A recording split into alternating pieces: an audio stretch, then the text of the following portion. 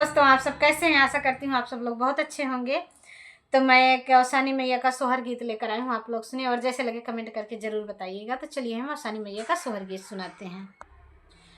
के मोरे खेतवा जोताई है त धान बाई ठाई है त धान बाई ठाई है हो बहिनी के मोरे लैया भूंजाई है दूर दुरिया चाबुआई है दूर दुरिया चाबुआई है हो बहिनी के मोरे लैया भूंजाई है दूर दुरिया चाबुआई है दूर दुरिया चाबुआई है हो ससुर जा खेतवा जोताई है त धान बाई ठाई है त धान बाई ठाई है हो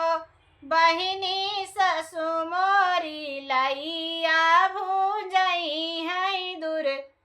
दुरिया चाबुआई है दूर दुरिया चाबुआई है हो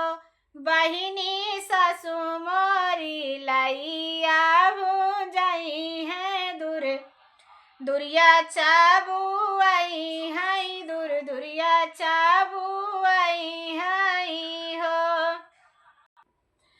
के मोरे पोखरा का जई है त माटी याली आई है त माटी याली आई है हो बहिनी के मोरा लिपि है आंगनवा दूर दुरिया चाबुआई है दूर दुरिया चाबुआई है हो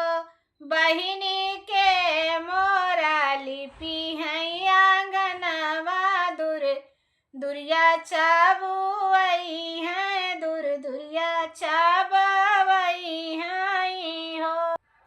देवरा जे पोखरा का जई है त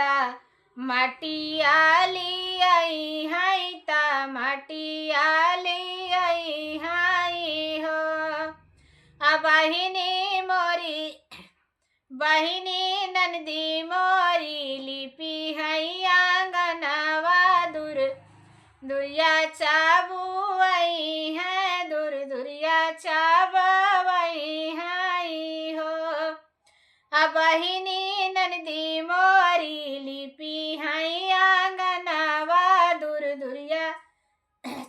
चाबुआई है दूर दुरिया चाबुआई है हो के मोरे जई है बाजरिया त मिठाई आली आई है मिठाई आली आई है हो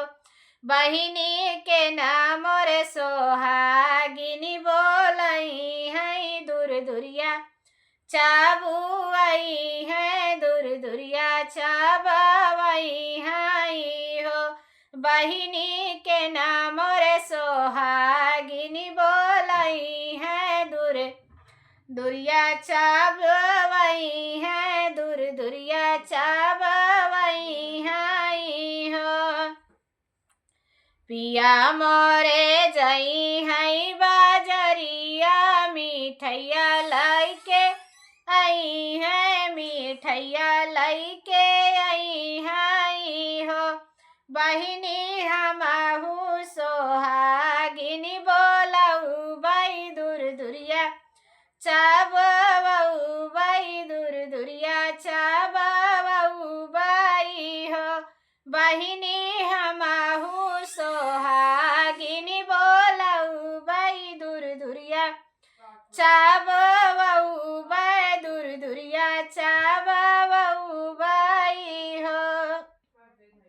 माई के चरणा दाबऊ बाई मांगना कुछु मंगबाई मांगना कुछ मंगबाई हो माई दई दई है दूधवा से पुतवा जनम जुगाबे है सब जनमा जुगाबे है सब हो। माई दई देई है दूधवा से पुतवा जनमा जुगाबे है सब जनमा जुगाबे है सब हो। तो जय हो औसानी मैया।